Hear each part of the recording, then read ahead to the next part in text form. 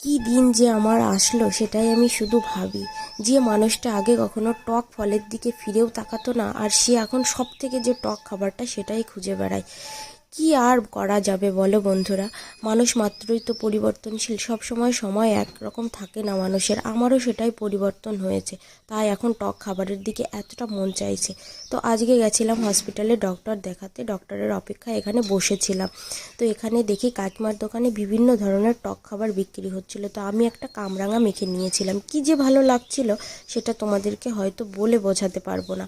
আমি আগে কখনো না এরকম টক খাবার খাইনি, মানে আমার ভালো লাগতো না টক জিনিসটা, ঝালটা বেশি পছন্দ করতাম। কিন্তু এখন সম্পূর্ণ উল্টো হয়ে গেছে, টক জিনিসটা না পাগলের মতো ভালোবাসছি।